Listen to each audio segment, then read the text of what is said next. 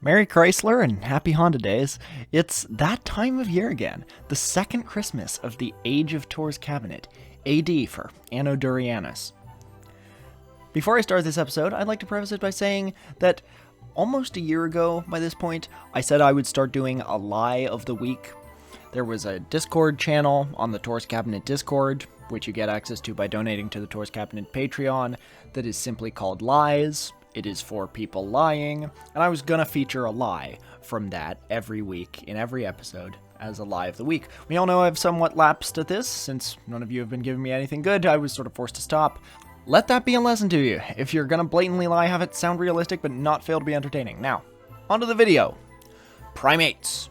They can do wondrous things. The tallest building on Earth was built by primates. Primates created the internet. To take the words of Carl Sagan completely out of context, every hunter and forager, every hero and coward, every creator and destroyer of civilization, every king and peasant, every young couple in love, every mother and father, hopeful child, inventor and explorer, every teacher of morals, every corrupt politician, every superstar, every supreme leader, every saint and sinner in the history of our species was a primate.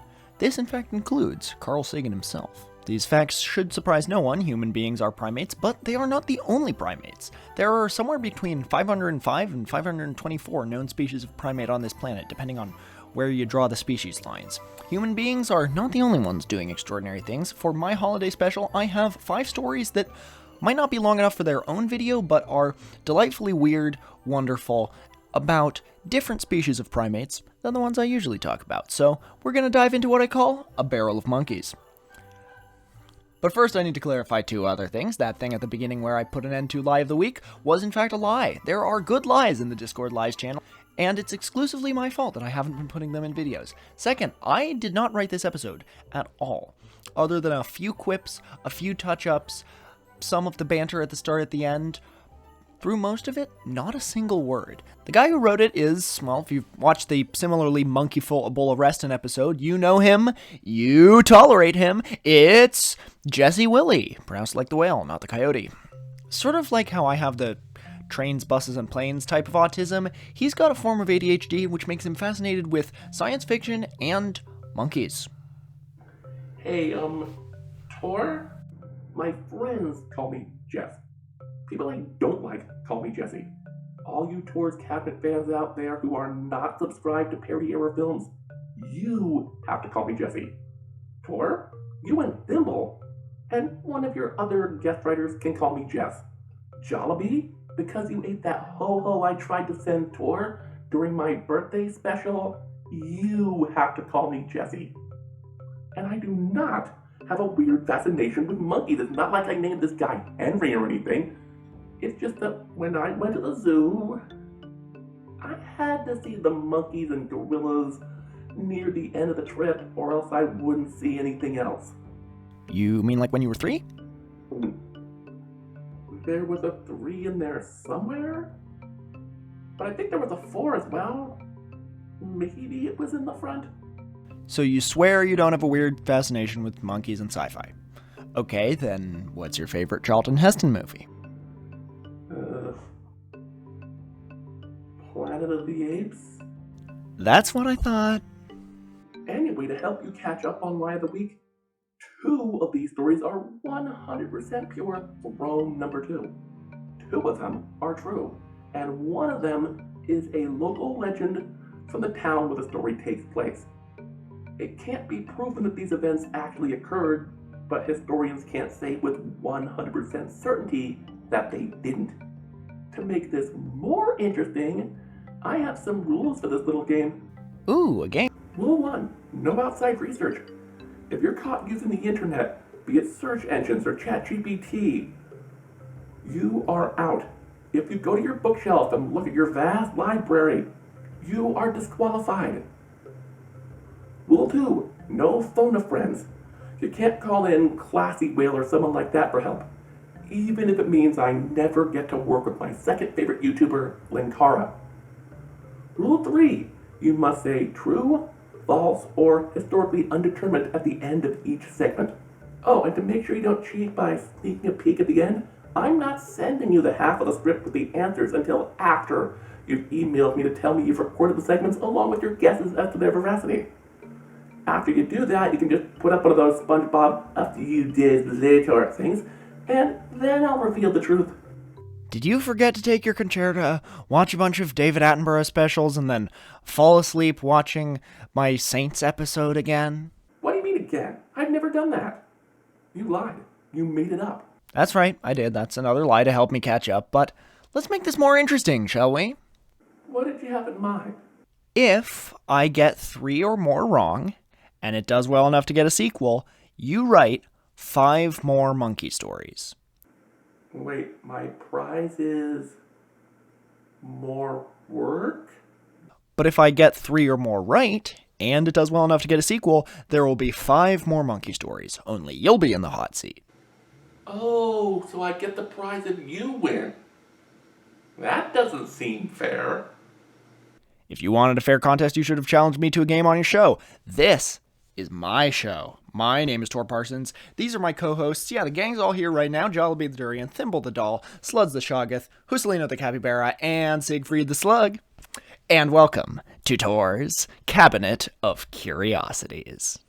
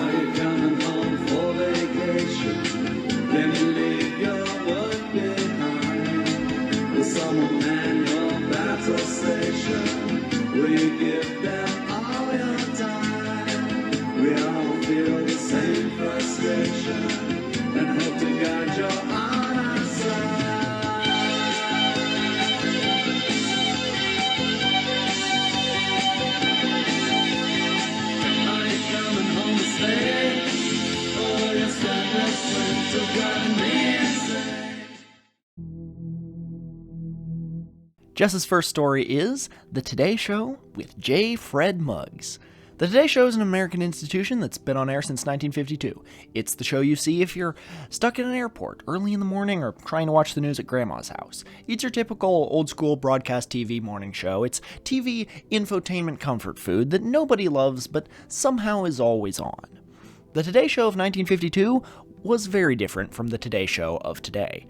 These days, it's a mix of news, talk show, fashion segments, the occasional audience participation bit, mini rock concerts, and at least an hour devoted to that middle-aged women sitting around gossiping while drinking wine genre of TV. But in those days, it was closer to being a family-friendly version of a variety show. They would still do news and weather, but they would cover anything in between, from home remodeling tips to comedy skits to celebrity interviews and anything else you can imagine. It led to a rather disorganized format that, while sometimes informative or entertaining, made it so audiences never knew what the show was going to be. This made them turn away. Until not long before that, audiences didn't have an alternative to change the channel to. When TVs first went mainstream in the late 1940s, NBC was the only network in most of America. But by that point, 2 major rivals, ABC and CBS, had sprung into the TV game. They all had their own morning shows that were similar and, from all accounts, a bit more organized. NBC knew something had to change. They were left with 2 options. They could either copy the format that was proving so successful for ABC and CBS, or they could double down. The network executives felt like turning into a clone of what the other networks were doing, or at least being too blatant about it, would be a bad idea. No, they decided what they really needed was a gimmick. To find it, they turned to a new idea called focus groups. Market researchers for NBC figured out something quite revolutionary. 1950s men did most of the breadwinning and were the head of the household. The women did the housework and ruled the kitchen, but most of the time children were the ones who controlled what the family watched on TV. So, they looked at what was popular with children of the time. Much of it was what you would expect. Cartoons, clowns, puppets, cowboys, it was the 50s after all, alien spaceships, and, the important detail for this story, monkeys. Of those options, animation done fast and on the cheap wasn't an option yet. Every local station had a clown. WRC-TV, Washington, D.C.'s NBC affiliate, was about 3 years away from hiring a young Jim Henson, so puppets were out. Jess, that's your second script in a row that mentions WRC-TV. Nice. Cowboys and spacemen wouldn't really be feasible. But animal control laws in the United States were not very strict back then. A high-end animal import seller called Henry Treflich's Pet Store was advertising a chimpanzee named Fred Muggs for sale for $600, which is close to $7,000 today. Somehow, 2 pages working for the network, that is, people who just run messages from place to place, got enough money to buy the chimp. NBC loved the idea. So did audiences when they first saw him on February 3rd, 1953. Ratings for the Today Show skyrocketed. It went from being a show on the verge of cancellation to one of the most popular shows on TV. Wait, okay. First, Siegfried and Roy lose their tigers on CBS This Morning. I was willing to say that was real because it was well documented. A chimp co-hosting the Today Show? Jess, if I didn't know better, I think you and Claire Dizot had a bet going to see who could get me to talk about the most ridiculous morning TV animal shenanigan possible, which would be pretty absurd. Just a man talking about history with a drop, a period at the average of break of the great old one. Get back to the story, train boy. All right. The chimp could pick up a newspaper and pretend to read. He knew how to play at least 1 or 2 songs on the piano. He was invited to open car washes and invited to libraries. He was a frequent guest on other NBC shows, usually game shows, though he even went on Today's eventual sister show, The Tonight Show, when it started up. His face was plastered on t-shirts. He had dolls made of him, which is ironic since most non-human primates hate dolls because they think they're corpses. He had his own comic books. He got a board game. He was spoofed in an early issue of Mad magazine. But still, Muggs left the Today Show in 1957. It wasn't because he wasn't popular anymore. He clearly was, because he remained a staple in the entertainment industry until 1975. Shortly after leaving the Today Show, J. Fred Muggs began another famous TV trope, the cursed short-lived spin-off. That's right, the Today Show had a failed kid-friendly spin-off starring a chimpanzee. When that didn't work out, he toured the world doing stage shows. When he wasn't on the road, he lived at Busch Gardens in Tampa. There are 3 very different stories on why Muggs' contract was not renewed. The first being really mundane. The story goes that his owners and trainers knew NBC was making roughly $5 million a year off J. Fred Muggs. They wanted not only royalties going forward, but other stipulations that included better working conditions for Fred. There was another story that Dave Garroway, the real anchor of the Today Show, hated Fred. It was bad enough working with him in short bits like he started with in the beginning, but the show developed what we now call Urkel syndrome, where a side character becomes so popular that they take over the entire show. Around the time J. Fred Muggs was on hand to commission ships for the Navy and doing ads for cornflakes, most of the celebrities weren't going on the Today Show to talk to Garroway, but to be seen with Muggs. So Garroway, either through slipping him tranquilizers, letting him drink coffee, or simply denying him treats for a job well done, sabotaged Muggs' performances to make him seem aggressive. Garroway denied it, but many at NBC itself have told a different story, and supposedly he admitted to it in private. The other common rumor is this. You know how Van Halen had that infamous rider in their contract that their dressing room had to be stocked with a bowl of M&Ms with all the brown ones removed? Well, it turned out that was for good reason. Their shows involved pyrotechnics. They knew that if the people at the stadium were following the small and stupid rule about the M&Ms, there was a very good chance that they followed the safety rules that would allow them to go for the big booms. If they didn't filter out the M&Ms, who knew what else they cut corners on? Well, Fred's handlers didn't have small crazy rules to test that sort of thing, but they did insist that the guests not wear perfume or aftershave, fearing the fruit or woodpine scents would throw Fred off. He might mistake them for food and bite them. Some guests, including comedian Martha Raye, are thought to have violated the terms and been injured as a result. In spite of the warnings they gave Raye, NBC was still afraid of a lawsuit. At least at the time this script was written in 2025, J. Fred Muggs is still alive and living in Citrus Park, Florida. He's 73 years old. The average lifespan of a chimp is 60, so he's a real champ of a chimp and a major part of TV history. Nope, not yet. I think this one is true. There's enough random little extra details that it's gotta be. On to the second story. Deputy Orin Andrew Taine. The day was April 13, 1861. The Civil War had just started. Trains going from northern to southern states were now limited. Industries like traveling theater troupes faced major traffic restrictions. This was not a good thing for the Wexler Brothers Circus. They got stranded in what is now Mesquite, Nevada. Wexler Brothers was never as big as some of the larger circuses out there, but they had a lot of rare animals that were expensive to feed, so any delay going from one town to the next could mean the difference between having the money to pay their performers, feed their animals, and having a circus at all to going the way of Spike TV. Owner Arthur James Wexler Jr. decided to ration the food for his animals due to lack of funds. Many animals, including elephants, became ill. One animal, however, an orangutan that they called Orin, was a little smarter than that. He had observed his human tamer putting him in his cage every night after the show and during playtime. He knew how the lock worked. Now, no one knows how, but he managed to get his hands on the keys and was able to unlock the door. He fled the circus and went out into the nearby town. In the early morning, while the circus performers were still hungover from what was supposed to be their last show in the area, he was roaming the streets. Orin came across children who were carrying bread and fruits. Children being children, they took delight in seeing him perform. They offered him snacks to keep doing tricks. Since this happened to be the same method the circus trainers often used with him, he simply went about doing his act as best he could with what he had available. Once the kids had left for church, he returned to the circus and went back to the cage, without anyone being the wiser. After being stuck in town an extra week, Wexler Brothers Circus went bankrupt. They'd overstayed their welcome with the townsfolk, but they had no money to pay their performers, and the business dissolved. This left the fate of the animals in question. Some, like the elephant, were sold off to a zoo to pay their debts. The brown bear was supposedly taken off to the woods somewhere and simply released. Over-domestication of ursines was just as much of a problem for both bears and humans back then as it is for now, as anyone who knows the story of Yellowstone's Bear 211 is probably already aware.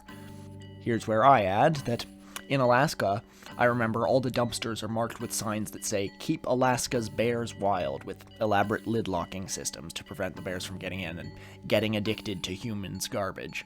So the bear probably didn't last long, but nobody knew what to do with Orin. So he wound up in a Nevada prison. Like many prisons of the time, security was a bit lax. It was a lot easier to bust out of jail in the 1860s. But nobody who was either cellmates with Orin, or even in the cell next to him, was ever successful at escaping. The monkey howled and screamed if a fellow prisoner even so much as went to the restroom. So seeing this tendency in Orin, and having very few people willing to serve as a real prison guard, Sheriff Thaddeus Gruff, yes, that was his real name, decided to release Orin during the day. By simply refilling a plate in the room with grapes, oranges, watermelon, and other fruits every few hours, he was able to convince Orin to become a deputy sheriff. But that's not all Orin did. There are some probably apocryphal stories of him accompanying Gruff to make arrests, on the rare times they had no prisoners in the drunk tank. Some even say that Orin shot and killed a bank robber. But all evidence points to the fact that Orin only ever had a cap gun and never held a real firearm. These were the calm, collected, responsible cops of 1860s Nevada, not 2020's Baltimore, after all. I can get away with this joke. The guy writing is a Marylander. Go Orioles, as long as they aren't playing the Mariners.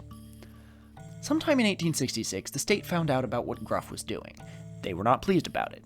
It's hard for law enforcement in the town to be taken seriously when the guard is an orangutan. However, they had two problems. The first being that the town loved Orin. When he wasn't on duty as a guard, he was often seen playing with children or riding a small donkey, which is another thing that he learned to do in the circus. The other problem was word had gotten around, and he became a bit of a minor tourist attraction. This was a double-edged sword. People would come to town just to get their picture with Orin. The city saw a steep uptick in people getting charged with drunken, disorderly contact just to have the full guarded by Orin experience. However, the town still had only 4 police officers, so Orin was allowed to stay put. If the stories about him doing police duties outside of being a guard were true, they stopped then and there. That changed in 1872. By that point, Orin was thought to be about 10, or roughly a third of an orangutan's average lifespan. The city had grown, but so had the budget for the police force. They had more than enough officers who could do Orin's job. However, the city offered him a nice retirement plan. They sent him to the Nevada State Home for Retired Service Animals. There, he would spend the rest of his days on a farm with dogs, horses, and other animals that had served in either the police force or the military. But Orin was different. He wasn't just a resident. Orin still wanted to help. So, while he was living there, he played fetch with the dogs, rode his donkey, which Gruff had named Sancho, probably because he misremembered Don Quixote. He thought Rocinante was the name of Quixote's human sidekick, not his horse. Orin swept the floors and made friends with many of the people who had come to adopt the puppies of police dogs. Deputy Orin Andrew Taine died on either March 30th or April 1st, 1892, surrounded by many officers he had served with, many of his animal friends, and even a few of the circus performers who now helped run the animal retirement home. He proved that orange is not just the new black, but in fact, the 19th century blue. No. Again, we're doing 5 stories. The fact that he died on April 1st, and the Nevada State Home for Retired Service Animals, a lovely concept, but I doubt that existed in the 19th century, is making me say this is one of the fake ones. That's my guess. On to number 3. December 29th was a typical night for the residents of the coastal town of Hartlepool, England. Cannons and gunfire flashed a few miles out to sea, but this was not atypical as the Napoleonic Wars were underway between the British and the French. A French ship that several months prior had been stationed along the Barbary coast in Morocco was engaged in battle with the Royal Navy. The battle raged into the early morning of December 30th. Then, an hour or two before sunrise, the French ship went down. One lifeboat was launched and was able to make its way to the shore. As a matter of courtesy, even though the occupant was an enemy, the townsfolk greeted the traveler, a rather hairy man who, by all accounts, looked like this. Including a picture doesn't make the story true. A clever writer, which I know Jess to be, would find this image and create an elaborate backstory from his imagination. But he knows I know he's an intelligent person, and that's what I would think, so he'd tell the truth. But he knows I'm smart too, so he'd know that I'd know that he knows that he'd lie. He'd know that as well, and I'm not in the mood to reenact that scene from The Princess Bride. So, let's get on with the story. The townspeople, being isolated from much of the rest of England, had no idea what a monkey was, nor had they seen an actual French person before. Those that had heard of either of them had assumed that both were mythical creatures. They were slightly more convinced French people existed, since at least one person a few towns over actually spoke French. Anyway, they were convinced this gentleman was a French naval officer. There was only one reason he could have come all the way to this town. He was there to engage in espionage. So they tried talking to him, in English. After all, what good would it do to the French to send a spy into a foreign country if their agent didn't actually speak the language? However, they got no response. Anyway, they sent for the man a few towns over who spoke French to see if he could form a rapport with the spy. He could not, so the police did the only thing they could. They arrested him. Within a week, the supposed French spy was put on trial. Now, you might think it's silly putting what is obviously an animal on trial, but as I said, they didn't know the creature wasn't human. They thought he was simply a strange-looking person of the sort you'd see in circuses or traveling shows. But even if they knew or figured it out in the interim, it wouldn't be that strange. From the 14th to 17th century, it was not uncommon in courts all over Europe to put animals on trial. Usually it was for small crimes like property damage, but there was at least one case where a pig was tried and convicted of homicide in a secular court. None other than friend of the channel Mark Twain wrote a highly fictionalized account of such trials, which happened in the US civil courts at least until the 1880s on at least 2 occasions. But there's another, more reliable source. It turns out that the guest writers of Tor's Cabinet have formed a sort of secret society called the Lightning Bugs. They email each other to see what the other is working on so that they know what not to pitch me on or just bounce ideas off each other. I literally didn't know this until now, but it's a thing. I love it. I have a posse. Claire Dussault, the author of the episodes about Siegfried and Roy and the scramble for ancient Egyptian artifacts, told Jess that there were several cases where the Spanish Inquisition put not just humans accused of heresy on trial, but their livestock as well. So, in Hartlepool, the monkey was dragged into court. Being a monkey, he put up literally no defense, which means the end result was inevitable. The monkey was convicted of espionage, sentenced to death, and hung. Many sources will tell you that the term monkey trials began with H.L. Mencken's description of the Scopes case in 1925, where a schoolteacher in small-town Tennessee was put on trial for teaching his students about evolution. The Scopes trial was entirely staged to bring publicity to the town, but it was an important cultural artifact of its times anyway. Either way, it was a misnomer. The first true monkey trial was in Hartlepool, England, the town that hanged a monkey. No music this time. I did pay the game 2,000 euros for a license, so I'd like to get my money's worth with it. Where is it? Okay, there we go. Yeah, still, it's not the end. Let's just let this song play out as background music. You ever heard this song the whole way through? All right, anyway, I don't think this story's true. The specific dates, specific Napoleonic War battle, and the photo make me think that this is the one that's a local legend that might be true, but I find it really hard to imagine this many villagers would think a monkey is just a weird foreign person deserving a fair trial and full human rights. When we talk about reverse racism, that usually means like the guys at the Indian restaurant making your food less spicy because you're white, but if this had happened, it would have been true reverse racism. Unreasonably believing an actual animal is a different ethnicity of human being. I don't think it's true. It sounds like the sort of tall tale a small town would invent, though. I think it's a local legend that Jesse didn't come up with, but English people knew what monkeys were by the early 19th century. Okay, love the title of this one. Nice job, Jesse. Now, bear with me here. Get out a dollar bill, or even a credit card. You think the act of believing something has value only because we all pretend it does, so that our society can function, but that you literally can't live without, is a concept known to only one species, let alone primate on Earth: man. However, you would be wrong. In 2003, Yale's Comparative Cognition Laboratory, which is exactly what it sounds like, a zoology and anthropology lab designed to figure out what it is that sets mankind apart from its cousins, set out to teach a pack of Capuchins about money. If you thought the Ebola Reston story was dark, well, these Capuchins said hold my beer. Early on, the results seemed positive. The experimenters would give them little tokens, and soon the Capuchin would learn, I have to give them one of these for a grape, but 2 of them for an orange. That's all well and good. The problem was what the monkeys did when they interacted with other monkeys in the experiments. A majority of the 10 monkeys used in the experiment were good, faithful citizens of the lab. The problem is, monkey see, monkey do. The monkeys soon reinvented inflation, price gouging, taxes, and tariffs. But that's not all. They would trade tokens with each other for grooming, and by grooming I don't mean petting each other to find and remove lice. If you've ever lived in a big city or even a medium-sized suburb, you've probably seen a massage parlor or men's barbershop in the sketchy part of town that keeps really weird hours and none of the people who run the place apart from the manager speak English. That kind of thing, except for monkeys. 2 monkeys experimented with a primitive stock market. It was ruined when one monkey created a Ponzi scheme. They soon resorted to gambling. Much like real casinos, the house always wins. Soon a class system, which was always present in monkey clutches, became exacerbated. The monkeys seen as poor kept getting poorer, and the rich got richer. The rich monkeys exploited the poor ones. Over the few months the experiment ran, the monkeys started showing increased aggression. Fearing they might soon become violent, researchers realized their experiment might be unethical and might even create a Capuchin Capone, so they shut the experiment down. This is fun, but exactly the kind of thing Jess would make up.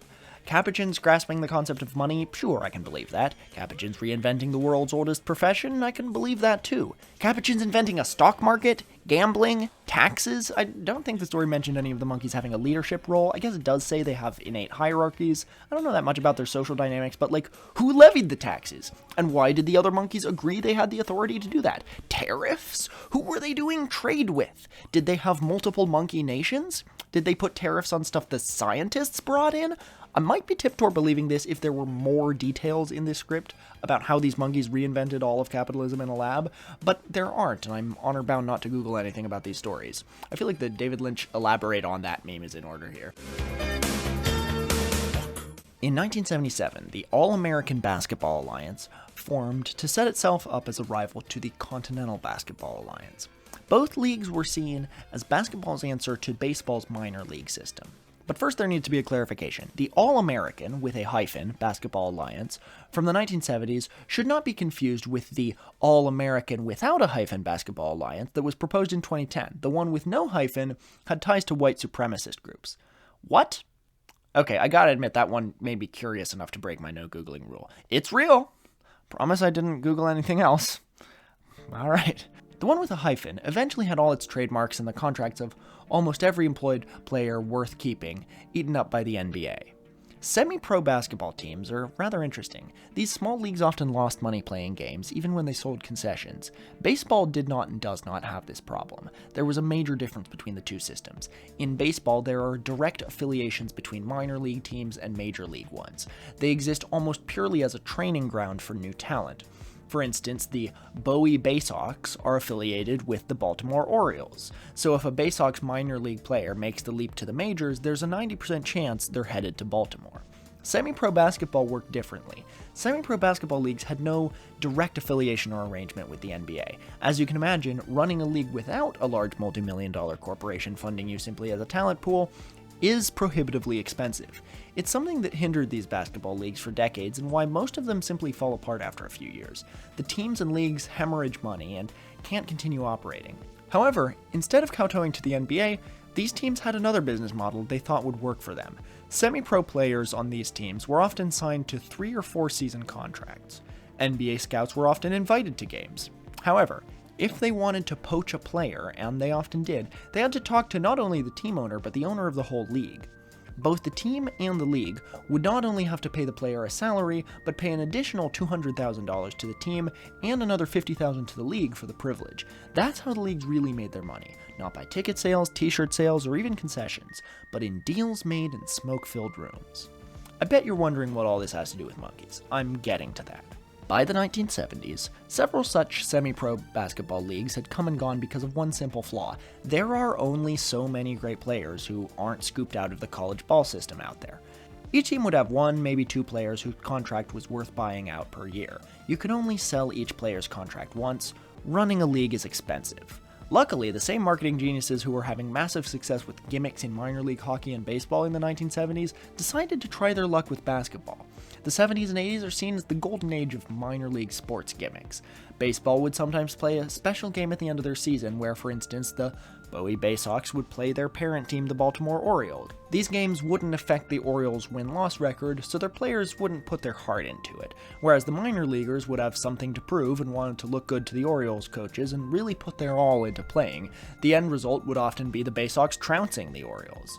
Sometimes there would be home run derbies between the minor league team and a local little league, but a more common gimmick was bringing in some unusual animals. Pig races and cow tipping competitions were common. And in the case of the Ohio Orbits, their gimmick was their mascot, Ham the Slam. The Orbits got their name because of the state's association with Wright-Patterson Air Force Base, which bills itself as the birthplace of flight and aerospace. The latter might be true because Ohio was the birthplace of John Glenn, the first American to orbit the Earth in a spacecraft. Ham the Slam was a chimpanzee. No matter what the publicity sheets say, he was not the grandson of famous NASA astronaut Ham. If you really beg, I'm sure Jess will write a story about him too. Did you know that a chimp went to space? A chimp went to space. No, Ham the Slam was Ham's grandnephew. Ham started out doing typical mascot things. He'd jump up and down, he'd get the crowd roaring, and he would watch the game. He'd even show up for practice. He loved that. One day they left a ball unattended, and Ham decided to play with it. By the end of the day, he was playing basketball in the style of the Harlem Globetrotters. Then, during the team's fourth game against the Carolina Dragons, Tyler No-Tie Games Truman sprained his wrist. The injury was enough that they had to almost call the game 2 minutes from the end because they didn't have enough players. They would have if it weren't for an obscure rule unique to the All-American Basketball Alliance that allowed the mascot to sub in for a player for any reason, as long as over 3/4 of the game had already been played. So Ham played, and to everyone's surprise, he threw a three-pointer that won the game, 66-69. Nice. Thus, Ham was brought in for the last 10 minutes of every game from then on. He was a machine. Even though he was only in a very small portion of each game, he was racking up an insane number of points. His career average was 35 points a game. To put that into perspective, Michael Jordan's career average was 30.5 points a game.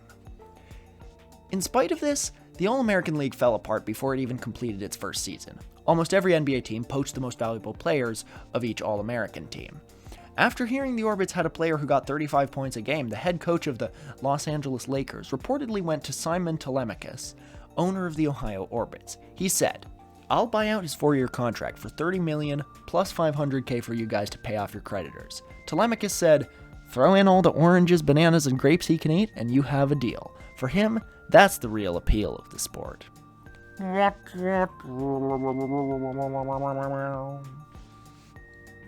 The coach and the owners of the team signed the deal without ever seeing Ham the Slam. They were flabbergasted to see the new prospect they'd just spent $30.5 million on was a chimp. They tried to sue the Orbits, but the team was already bankrupt, though Telemachus eventually paid back all but $2.3 million.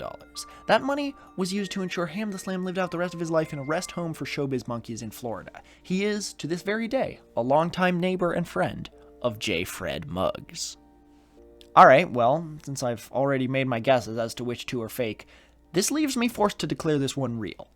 Simon Telemachus, as in the character in the Odyssey, is an excellent name, but calling this one fake requires me to believe that either a town in Nevada had a former circus orangutan as a prison guard during the Civil War, a British town in the 19th century thought a monkey was a French person the whole way through an espionage trial. Okay, actually I know French people. I could believe that. Or that 10 Capuchins in a lab independently invented capitalism. So I'm going to say that this one is real, but everything about it was staged. That the league was struggling so bad, they decided to go for a Harlem Globetrotters chick and just make their games fun instead of real competitions. The monkey didn't really throw a three-pointer or overtake Michael Jordan's career average, but the team reported that he did, the same way a pro wrestler wins fights, and then the Lakers tried to boost the fortunes of the semi-pro leagues by getting in on the joke. I bet there was a whole staged boardroom scene on TV where the owners of the Lakers feigned shock that they'd just signed a chimpanzee. But if this isn't real, the Nevada story is. Come to think of it, I'm not sure I evaluated the Nevada one right. I think the death on April 1st could have been like a reverse red herring, a real detail that sounded fake. Still, I'm locking in my choice. I think this was real and a stunt. Let's see how you did. Our first story, The Today Show with J. Fred Muggs. This story has all the hallmarks of fiction. A washed-up has-been who was once considered near the top of their field. An insane Hail Mary play. A chimp. Comedy. Musical numbers. A comeback story. Twists and turns and betrayals. It seems like pure Hollywood nonsense. I wouldn't blame you for thinking I made this one up. It's exactly the sort of thing I would try to sell you on. However, I first came across this story when I was getting my bachelor's degree in mass communication and advertising. It was in a section of the textbook on how networks use market research data to make their decisions. The choices might seem completely baffling, but there's a degree of logic to it. Yeah, it's hard to imagine Al Roker reporting with a chimpanzee every day now. Lawyers would be afraid he'd get his face ripped off. However, in the 50s, it made sense. This one is completely true. Called it. Thank you, Jess. The Adventures of Andrew Orin Tane. Did you believe this story? Because if you did, well, it seemed like something that could have happened, especially in the days of the Wild West. But I was throwing poo at the wall to see what sticks. Really, the name alone should have made this one a gimme. Try getting a little bit tipsy and saying Andrew Orin Tane really fast. I bet it sounds like you're saying orangutan. Funny thing about this story, it has two rather bizarre influences. The first being a dream I had after my first COVID shot back in 2020. In it, I was at the bank getting some money when somebody burst in wearing a silent movie-style jailbird costume, only it was a chimp. The other being the 1946 short film, The Lonesome Stranger from Tex Avery's Speaking of the Animal series. These shorts were often parodies of just about every genre of film, featuring live animals with the voices of human actors. The Lonesome Stranger is a western featuring every non-human primate you can possibly imagine. If you like weird short films, or monkeys, or like me, both, I can't recommend this series enough. Especially the ones that feature monkeys. Okay, so I didn't think this one was real, but I was the least certain about this one. Willing to believe it could have been the local legend one. I can't believe I didn't catch that the name sounds like orangutan. I got hung up on how the name reminds me of Andrew Tate, and I thought that that would be a data point in favor of it being real, because you wouldn't have made up a name with unfortunate connotations like that. Oh, the choke and the monkey. The answer to this one is unknown. That photo is from a circus show decades later that reenact the story. The historians say because the dating is somewhat imprecise and that a similar story is associated with a village in Scotland a few years later, it must be false. Others say that no town would hold on to a legend that makes them look like fools if it weren't true. Others say that there is no documentation to back it up, and nobody talked about it for almost 50 years, so it must be legendary development. However, given the time period and the supposed illiteracy of most of the town, a lack of documentation is not surprising. There's reason to think it might have happened, but there's been some sort of miscommunication between the event and the time it was written down. Maybe parts of the story got lost along the way. You see, one of the roles on board a warship was somebody who kept tabs on how much gunpowder the ship had and would rapidly clean the cannons and reload them for combat. These were often young men of no prospect or even orphans who were conscripted. They were often called powder monkeys. Some people think it was the ship's powder monkey who survived, not the non-human primate. Either way, it's a good story for me to cover. If it was a real monkey, then it falls under my duties as Torque's Cabinet's officially unofficial role as the monkey boy. But here's the thing. These guys had an exceptionally short life expectancy due to being near the cannons when they went off. Those that did survive had severe damage to their ears if they weren't out and out deaf. That would explain why they didn't understand anything said to them in English or French. As a hearing impaired man myself, I would feel obligated to make sure that their story got told on Tor's Cabinet with dignity and respect. Of course, if the latter version of the story is true, then it goes from being a goofy, ridiculous story about a monkey to, at least for me anyway, pure Kafka-esque nightmare fuel. These are my hearing aids. Every set I've ever owned has had a name. And as of right now, were it not for the grace of Bart and Lisa, go I. Damn, 3 for 3 so far. I know I've threatened to do this before, but I am stripping you of your title of the officially unofficial monkey boy. I can't see myself making an episode about monkeys without you involved in some capacity, because I personally hate monkeys. They freak me out. Too human-like, super uncanny valley. Jess, show a video on top of this of one of those creepy Japanese humanoid robots. I get the exact same creeping feeling looking at one of these that I do looking at a monkey. I added this to the script because it's how I genuinely feel. Jess didn't write this, but you're cool, Jess. Your channel's fun. You never stop giving me good stories, so I might as well promote you to official monkey boy.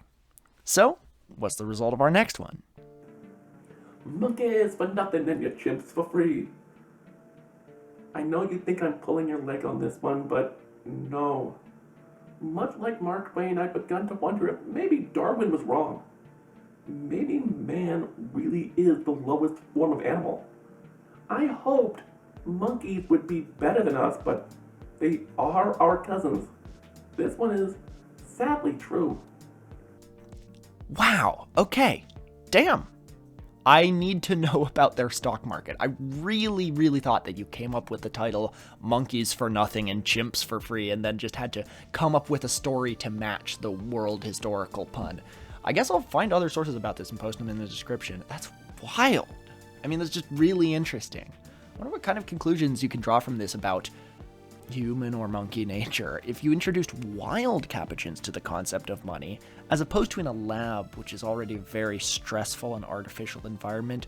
Would the same thing happen? And then if it did, what would happen long-term to their society? Okay, I'm being nerd sniped here. Gotta read more about this. Last but not least, Air Kong. A chimpanzee not only playing basketball, but doing so better than Michael Jordan. Look, hosting the Today Show is one thing. That's an easy job. If you put everyone involved in creating Tor's Cabinet on it, we could probably do it. You and Nick hosting, Thimble and Slugs being international news correspondents, Jollibee wandering around Rockefeller Center doing the audience interviews and the weather, Claire popping up once a week to do cooking segments, me showing up Wednesdays and Fridays to do movie reviews. It'd be fun. But a chimp playing basketball? Not a chance. Not that I think a Tor's Cabinet crew basketball team would be that much better than a chimp. But I think we could beat Simon Whistler's team. It's a lovely idea, but why would you think we could trounce a human team but struggle against a chimp? Only because I know at least one other non-human primate can play. Back when I was a student, then Maryland Governor Bob Ehrlich attended a Towson Tigers game with an orangutan sitting on his lap. The orangutan could run, jump, and even make free throws. But he got too scared to play anything other than one-on-one, and even then, only with another orangutan. There's footage out there of orangutans playing a simple form of one-on-one.